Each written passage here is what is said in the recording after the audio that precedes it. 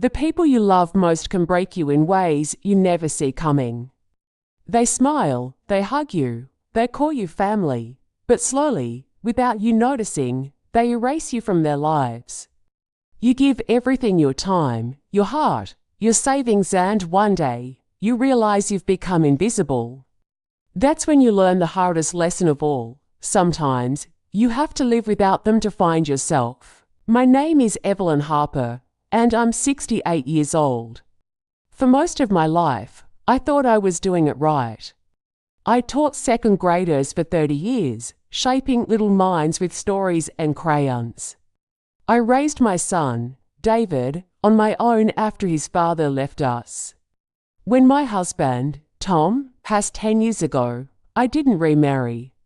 I poured myself into my family instead, believing that's what love meant, showing up, no matter what, no questions asked. I was there when David's marriage fell apart, when he couldn't make rent, when his kids needed someone to braid their hair or bake cookies for school. I never asked for thanks. I didn't need it, or so I thought. My grandson, Ethan, was the light of my life. He'd climb onto my lap as a boy, begging for stories about knights and dragons. I thought we were close, that we'd always be. But love, I've learned, can blind you to the truth. This is the story of how I stopped being a shadow in my own family's story. It's about the moment I realized I was worth more than the roles they gave me: grandmother, bank account, backup plan. It's about the day I chose myself, not out of anger, but out of clarity. Because when you've spent your whole life giving, and they still push you out of the frame, you have two choices: fade away or stand up.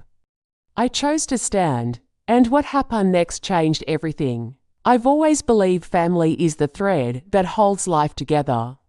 For years, I wove that thread with everything I had. My son, David, was my world when he was growing up.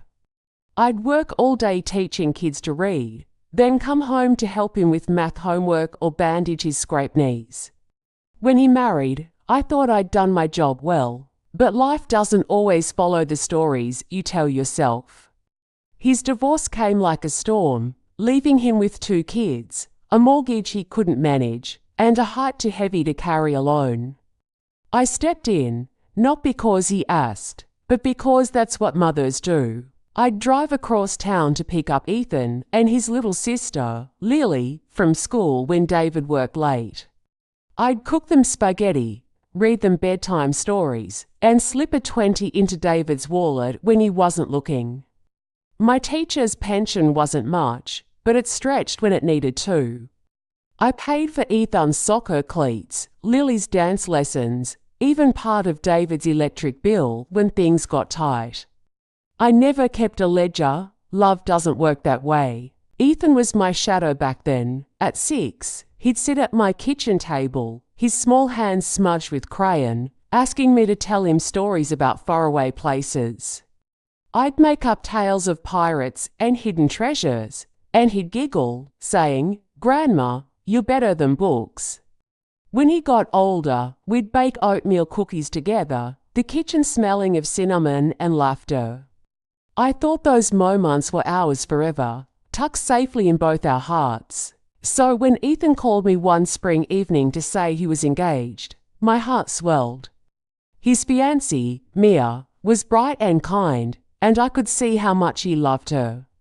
Weddings aren't cheap, though, and I knew David was still rebuilding after the divorce. I didn't have much, but I had my savings money I'd set aside for a rainy day. When Ethan mentioned they were cutting corners on the wedding, I offered to pay for the photo and video package. "I want you to have those memories," I told him, "don't worry about the cost." It was thousands of dollars, more than I'd ever spent on one thing. I signed the contract, swiped my card, and filed the receipt in my desk drawer. Ethan hugged me, said, "You're the best, Grandma," and I believed him. I didn't ask for thanks, didn't need it. I just wanted him to have a perfect day, to know I'd always be there, like I'd been for all those years. Looking back, I wonder if that was my mistake thinking love could be measured in checks and quiet sacrifices. Because what came next showed me just how wrong I'd been. The night of the rehearsal dinner was warm, with a breeze that carried the scent of jasmine through the open windows of the restaurant. It was one of those upscale places downtown, all exposed brick and Edison bulbs, the kind of spot you'd see on Instagram with hashtags like #DreamWedding. I wore my best dress, a soft lavender one Ethan had once said made me look elegant. I arrived early, as always, and stood near the entrance, watching the guests arrive in their pressed shirts and glittering jewelry. Everyone seemed to belong to a world I didn't quite understand, bright, polished, effortless. Ethan moved through the crowd like he was born for it, his smile wide as he shook hands and hugged cousins.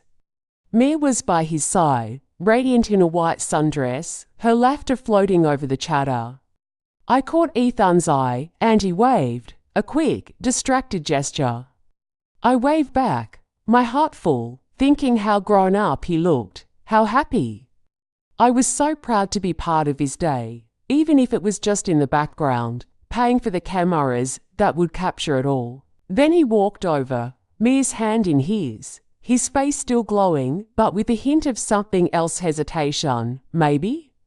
"Grandma," he said, his voice low, "can we talk for a minute, over here?"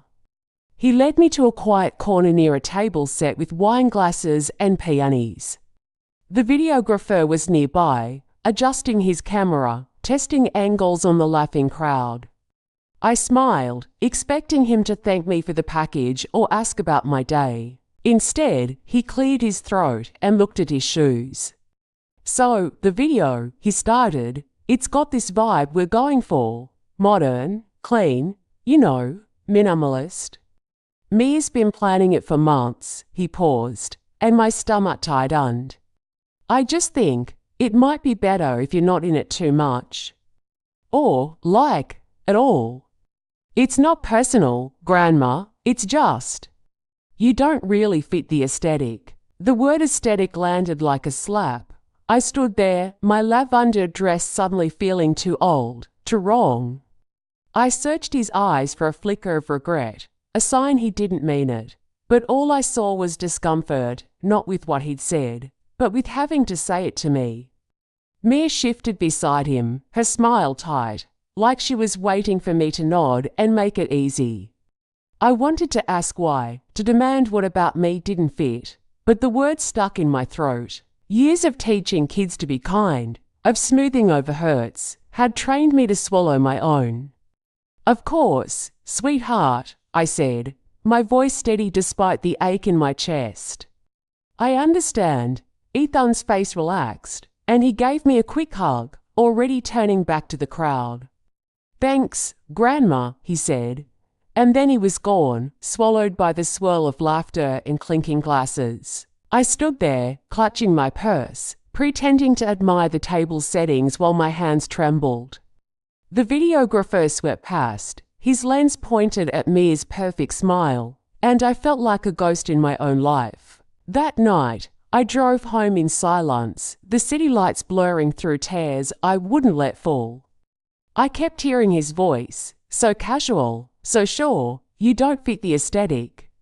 I'd spent my life building a family, giving everything to make their days brighter, and in one sentence, Ethan had told me I didn't belong in his. I sat at my kitchen table, the receipt for the video package staring up at me, and for the first time, I wondered if I'd been wrong about what family meant, if I'd been wrong about everything. When I got home that night, the house felt emptier than usual. The hum of the refrigerator, the creak of the floorboards under my feet, it was all too loud, like the silence was shouting at me. I sat at my kitchen table, the same one where Ethan and I used to roll cookie dough, and pulled out the receipt for the wedding video package. The numbers stared back at me. Thousands of dollars, my savings, my gift to him. I'd thought it was a way to hold on to our bond, but now it felt like a contract for my own erasure. I opened the drawer where I kept important papers, bills, tax forms, the warranty for my old toaster, and found the videographer's contract. I read every line. My teachers are catching the fine print I'd skimmed before. There it was, clear as day. I could cancel before the service date with a partial refund. No questions asked. I sat back, my hand steady for the first time all evening, and let the idea settle. I didn't have to do this. I didn't have to pay to be invisible. The next morning, I called the video company. A woman named Claire answered, her voice kind but professional. I explained I wanted to cancel the contract. "Are you sure?" she asked. "It's for a wedding, right? We can adjust things if you need." I hesitated, picturing Ethan's face, his quick hug after he dismissed me. "I'm sure," I said. "It's my decision." She walked me through the process, promised most of the money would be refunded in a week, and thanked me for being polite. I hung up and stared at the phone, waiting for guilt to creep in. It didn't. I didn't tell anyone. Not David, not Ethan, not even my neighbour who always asked about my grandkids. I folded the contract back into the drawer and looked around my living room. The bookshelf full of novels I'd read to Ethan, the armchair where I'd rocked Lily to sleep, the photos on the walls, they felt like props in someone else's story. If they wanted me out of their perfect aesthetic, fine, I'd take myself out entirely. No video, no photos, no trace of me in their carefully curated day. It wasn't anger driving me, though I'd be lying if I said it didn't hurt. It was something quieter, clearer, like waking up after a long dream. I'd spent my life believing love meant giving without question, but Ethan's words had cracked that belief wide open. I wasn't going to beg for a place in his life. I was going to choose where I belonged. And as I sat there, the morning light spilling across the table, I realized that choice was the first real gift I'd given myself in years. The wedding came and went like a dream I wasn't part of. I wore my lavender dress, pinned my hair, and sat in the back row of the outdoor venue, a sea of white chairs under a canopy of string lights. Ethan looked handsome in his suit, Mia glowed in her gown, and the guests clapped as they kissed. It was beautiful, picture perfect, just like they'd wanted. But there were no cameras sweeping the crowd, no videographer capturing candid smiles. I'd made sure of that, and as I sat there, unnoticed, I felt a strange mix of peace and pain, like I was both present and already gone. I hoped, foolishly, that no one would notice the missing cameras, that they'd assume it was a glitch, a misunderstanding. But hope doesn't last long when truth is waiting. The day after the wedding, my phone rang. It was Ethan, his voice sharp, not the warm tone I remember from our cookie baking days. "Grandma, what did you do?" he demanded. No hello, no softness. There's no video, no photos, nothing professional from the ceremony. Why my heart thudded, but I kept my voice even. "I cancelled the contract, Ethan. I paid for it."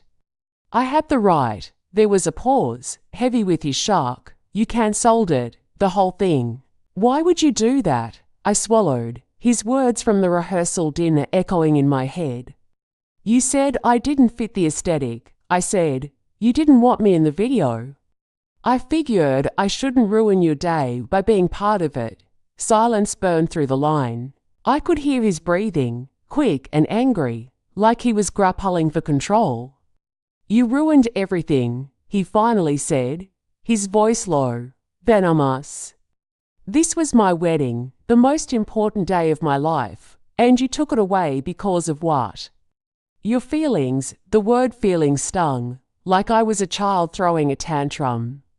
"You told me I didn't belong," I said quietly.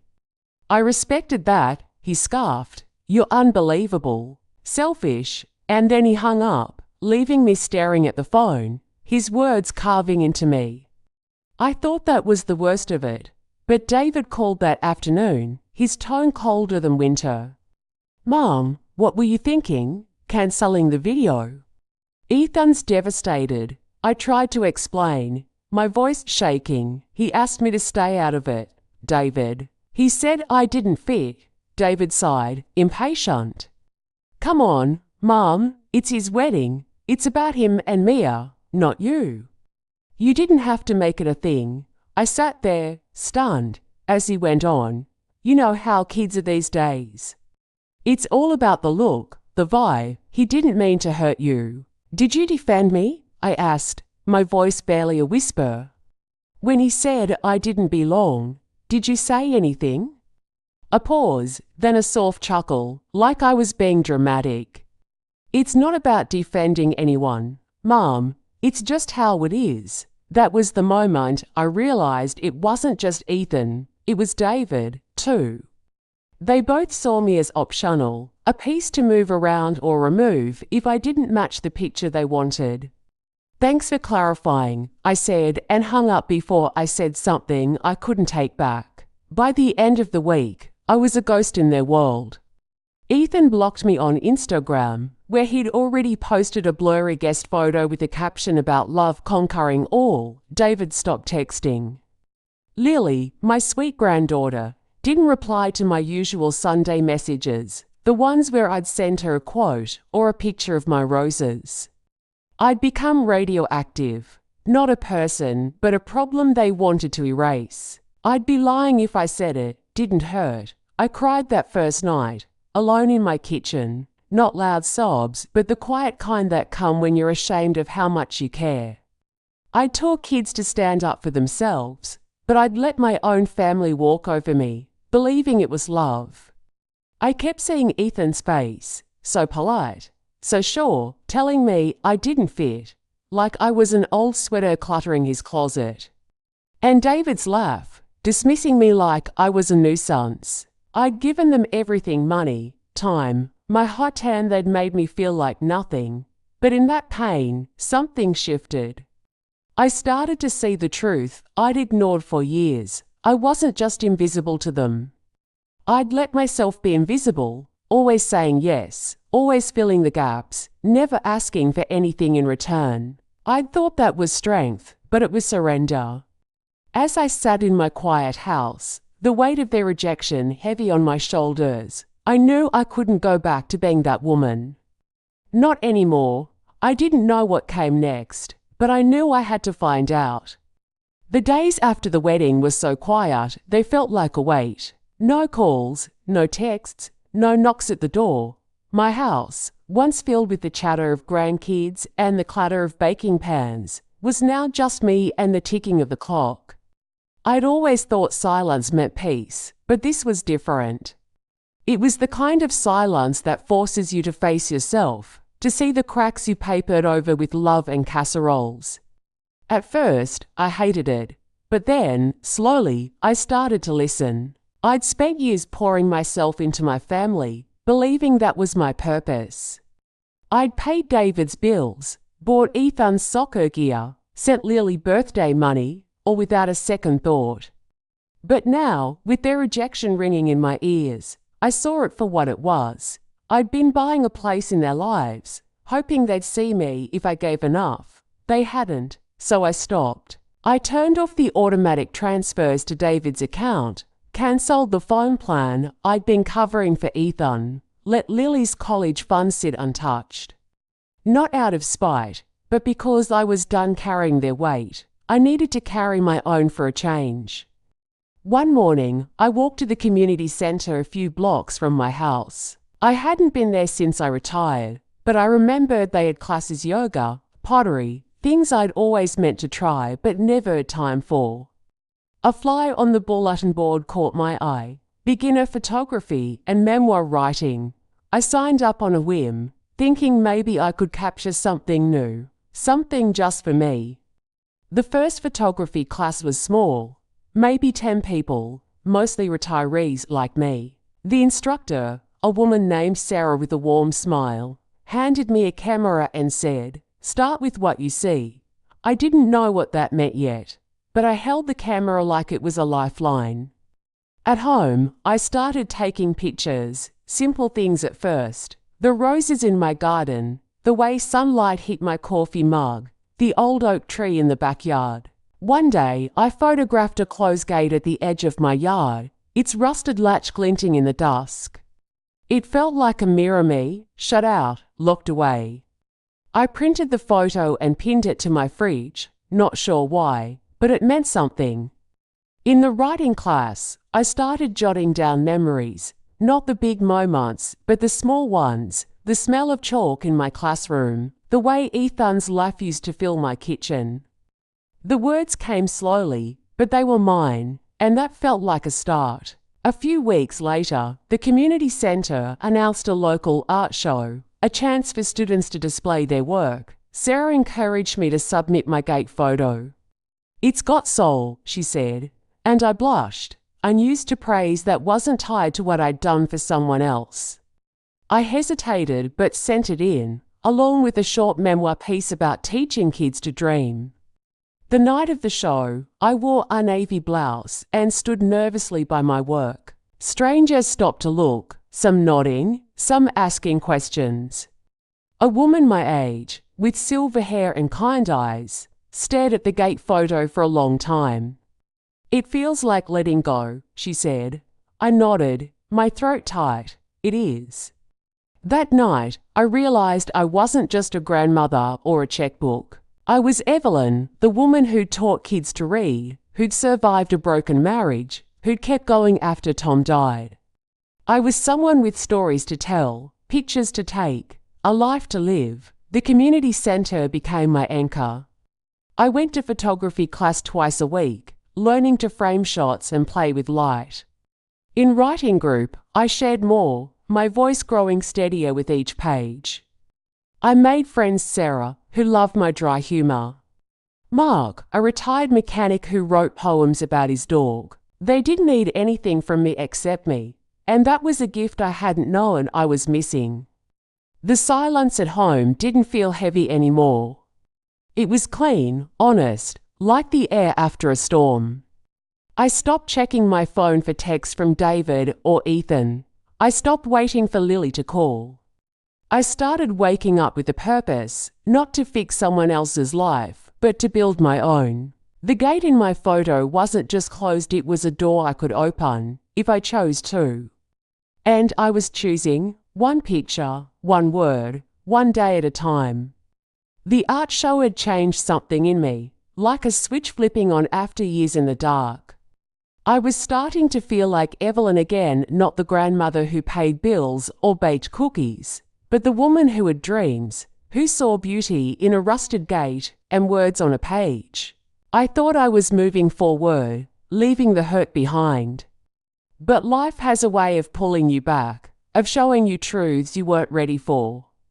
A week after the show, I ran into Janet, an old friend of David's from his college days, at the grocery store. She was in the produce aisle, picking out apples, and gave me a warm smile. "Evelyn, it's been forever," she said, and we chatted about small things, her new job, my roses.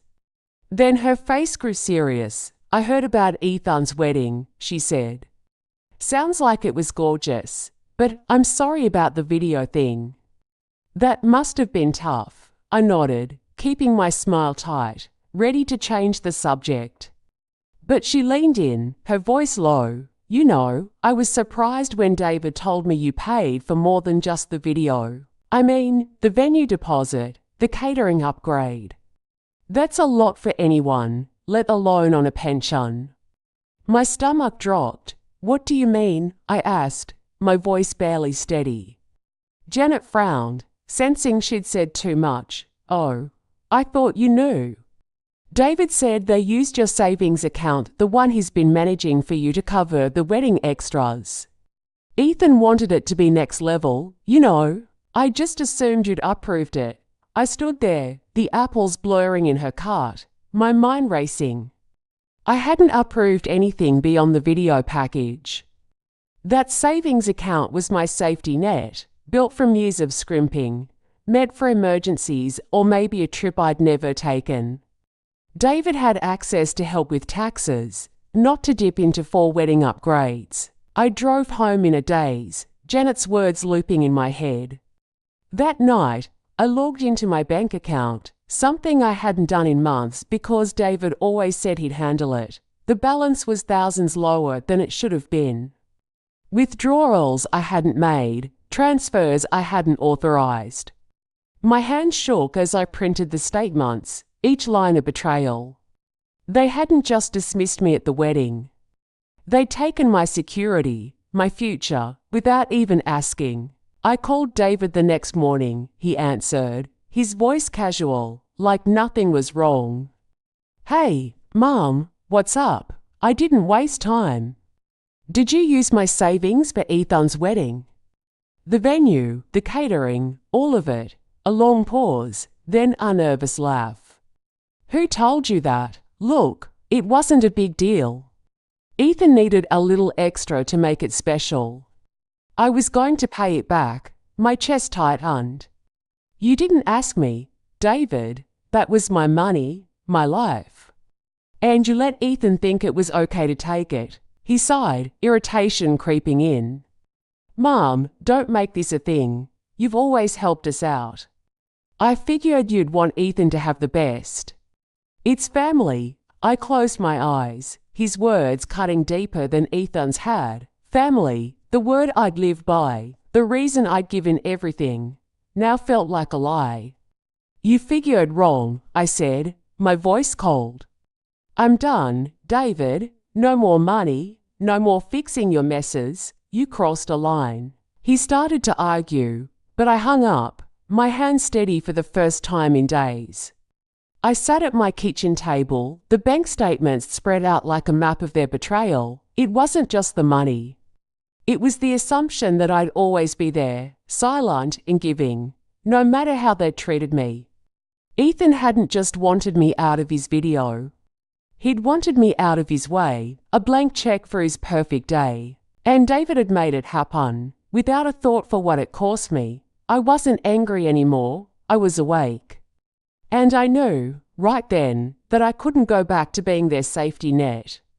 Not ever. The truth about my savings account changed everything. It was like pulling a loose thread and watching the whole fabric unravel. David's casual betrayal, Ethan's entitled silence, they weren't just moments, they were a pattern. I'd been their foundation, but they'd built their lives on the assumption I'd never step away. Now that I had, the cracks started to show. Within weeks, I heard whispers through the grapevine. David was late on his rent, scrambling to cover bills I'd once quietly paid. Ethan, I learned, had cancelled plans for a lavish post-wedding video shoot, unable to afford it without my help. Lily's college fund, which I'd stopped adding to, was untouched, and I wondered if she even noticed. I didn't gloat or feel vindicated, it just hurt, in a distant way, like watching a house you once lived in start to crumble. Then came the invitation, slipped into my mailbox in a cream envelope with gold lettering, like something from a wedding planner's desk. Family dinner, it read, let's reconnect. Saturday, 6 p.m. at the Olive Bistro. No names, no apology, just a polished request that felt more like a summons. I held the card, tracing the embossed words, and saw it for what it was. Not a gesture of love, but a performance. They didn't want to fix us. They wanted to fix their image, to post a photo of a happy family and pretend the past didn't happen. I thought about going, about sitting across from David and Ethan, looking into their eyes and asking why they thought my life was theirs to spend. But the more I pictured it, the more I realized they weren't ready to hear me. They wanted the old Evelyn back, the one who smiled, paid, and stayed silent. I wasn't her anymore, so I called David the day before the dinner. He picked up, his voice cautious. "Mom, you coming tomorrow?" "No," I said, my voice steady. "I'm not." A sharp inhale. Then, "Why not?" "We're trying to make this right," I almost laughed. "You're trying to make it look right, David. You don't miss me. You miss what I did for you. Until you can see the difference, there's nothing to talk about." He started to argue, but I cut him off. "I'm done being your backup plan. Figure it out. I hung up, my heart racing but not breaking. That night, I sat in my backyard, the air cool against my skin, and watched the stars peek through the oak tree's branches. I didn't feel angry or sad. I felt free, like I'd finally set down a weight I'd carried too long. They could have their dinner, their photos, their perfect story. I was writing my own now, and it didn't need their approval. Saying no to that family dinner was like opening a window after years of stale air. I didn't realize how much I'd been holding my breath, waiting for David or Ethan to see me, until I stopped. The silence that followed wasn't empty anymore, it was mine, filled with the hum of my own life. I woke up each morning with a quiet purpose, not to fix someone else's problems, but to live for myself. One Saturday, after my photography class, I was walking home when I saw Ethan outside a coffee shop downtown. He was alone, leaning against the wall, scrolling through his phone. His face looked tired, not the polished glow from his wedding day. I stopped across the street, my heart catching for a moment. Part of me wanted to wave, to ask how he was, but I waited. Then he looked up, his eyes meeting mine. For a second, we just stood there, two people who used to know each other. He crossed the street, his step slow. "Grandma," he said, his voice soft, almost broken. "Can we talk?" I nodded, and we sat on a bench nearby. He fidgeted, then said, "I messed up. The wedding, the video, all of it. I didn't mean to hurt you." I looked at him, searching for the boy who loved my pirate stories, but saw a man still caught in his own world. "I know you didn't mean to," I said, "but you did. And it wasn't just the video, Ethan, it was the money, the way you and your dad took without asking. It was making me feel like I didn't matter." He looked down, his hands clasped tight. "I didn't know about the savings account." "Not at first. Dad said it was fine." I shook my head. "That's the problem. You didn't ask. You assumed I'd always be there, giving, smiling, out of the way." He swallowed, his eyes glistening. "I don't know how to fix it." I leaned back, the bench cool against my spine. "You don't fix it, Ethan. You learn from it." "And so do I." I stood, brushing my coat. "I love you," I said, "but I'm done waiting for you to love me back the way I deserve. I'm living my life now." He didn't speak, just nodded, and I walked away, my step steady, my heart full but not heavy. I didn't look back. At home, I finished a project I'd started in my writing class's small journal of memories, paired with photos. The last page held a new picture, the gate in my yard, now open, the path beyond glowing in the morning light. It was the opposite of the closed gate I'd photographed months ago, a symbol of where I'd been and where I was going. I titled it Open, and when I shared it with my writing group, Sarah hugged me, saying, "That's you, Evelyn, wide open." I wasn't the woman who'd sat crying in her kitchen anymore. Ethan didn't want me in his wedding video, and David took my savings, thinking I wouldn't notice. But I did, and in noticing, I found myself Evelyn Harper, teacher, photographer, writer, woman. For the first time in years, that was enough.